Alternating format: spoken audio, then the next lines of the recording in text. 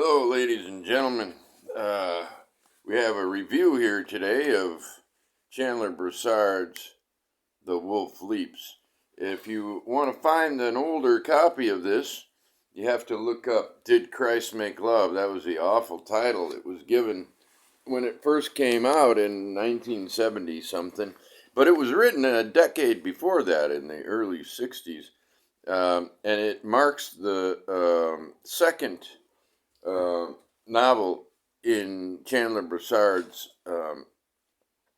transformation into a great writer from one who was, I wouldn't say derivative, but more self-restricted. I guess his early books of Old Saboteurs, and there's another one. I don't remember what the title is. What the fuck? I don't need to know. Do I? Do you? No. Start reading Brossard with The Double View, although that's coming out from Corona Samizdat as The Double Dealers, which, like this, had its title altered by an insane editor. But the really insane thing is that this book came out under Did Christ Make Love by Bobbs Merrill, a textbook company. I mean, this guy had some bad luck. I would love to have a great biography written about Chandler Brossard, one of the great writers of the second half of the 20th century, and probably the least fairly dealt with by critics and readers. And he's having a renaissance now, and we're spearheading it by publishing his last big books and some of his finer, smaller books, which begin at about the time that he disappears from the literary scene. The poor bastard, man, he was such a great writer. But The Wolf Leaps, I just finished it today. I've been reading it, for a month, a few pages here and there. I get all giddy when I read Brossard. The interesting thing about this book is this is a book with a pretty clear-cut plot, which you don't find in his wild giant books as The Wolf Howls at My Door and Wake Up, We're Almost There, which are, if not masterpieces, only because they deviate from the normal thought of a masterpiece as a well-plotted book. But it's the freedom that makes them transcendent.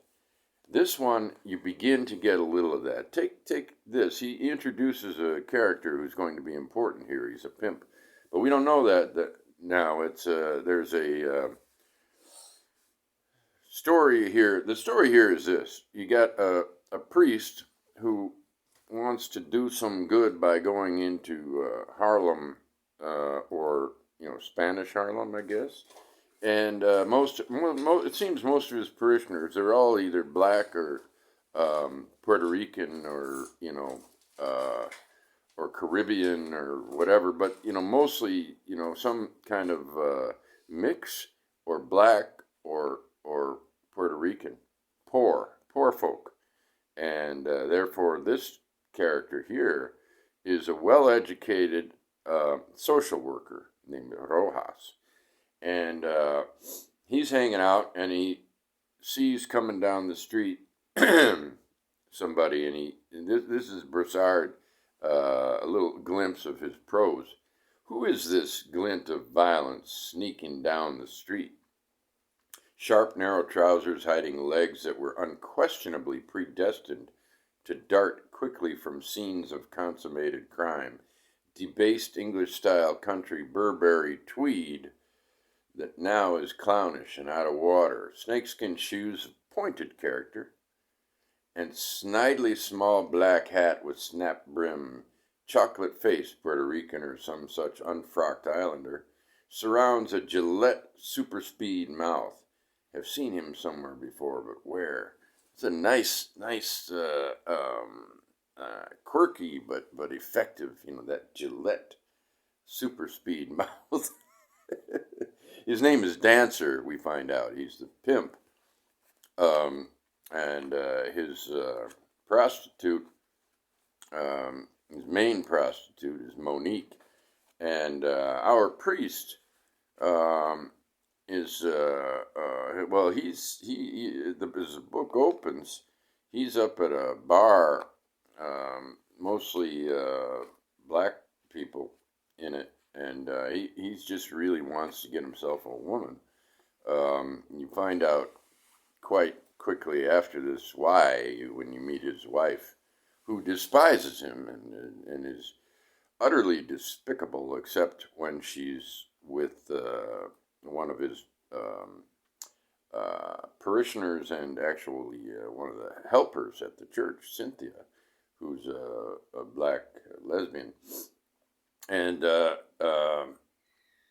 so he picks up, or Monique, the prostitute, picks him up, basically, takes her home, and they have a lovemaking session that she finds transformative, and he is already transformed. He's ready for this, but it was just so wonderful. They had a wonderful time, and they fall in love, and well, you know that Dancer's not going to like that. Rojas doesn't know about it until our climactic scene at the end. And meanwhile, Cynthia, the black woman who is a lesbian, gets together with the wife. But you get a couple scenes in here of the nasty home life of this poor Harrison, is our priest. And or pastor or whatever they are. I don't know. Anyway, he's married, so I guess he's not a priest. It's not sure what religion we're talking about here. Catholics can't get married, can they? Priests? I don't know. Anyway, that's beside the point.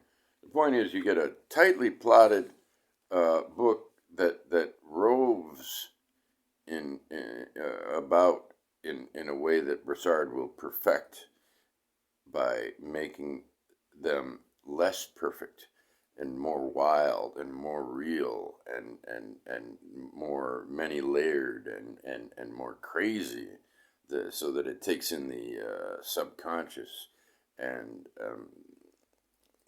the unconscious and the ways that and the polyphonic, I guess. But with Brossard in the big books, the polyphonic is more of a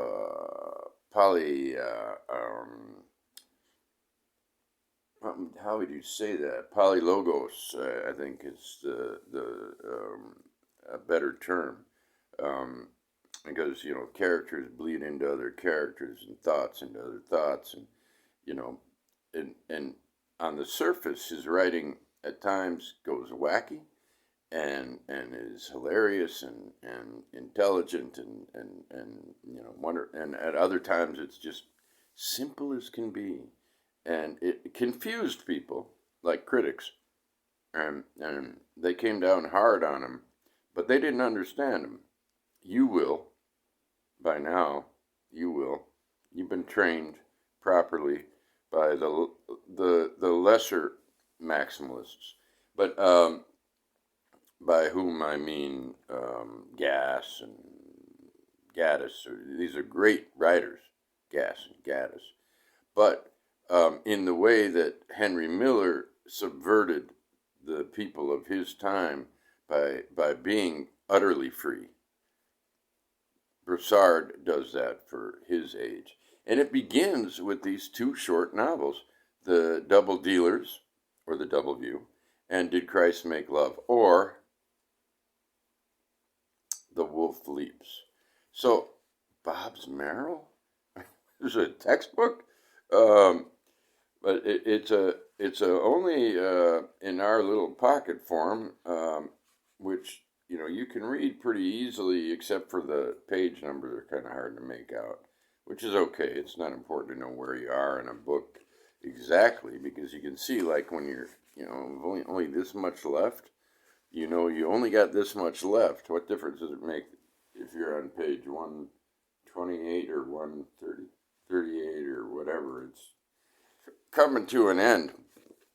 Anyway, it's a fantastic little book, and when it becomes widely known that you want to understand the 20th century in the United States through literature, you've got to read Brossard. You'll have to start with this or the Double Dealers, and then move on to the big books and some of the smaller books, like his Vietnam book, Raging Joys, Sublime Violations, which is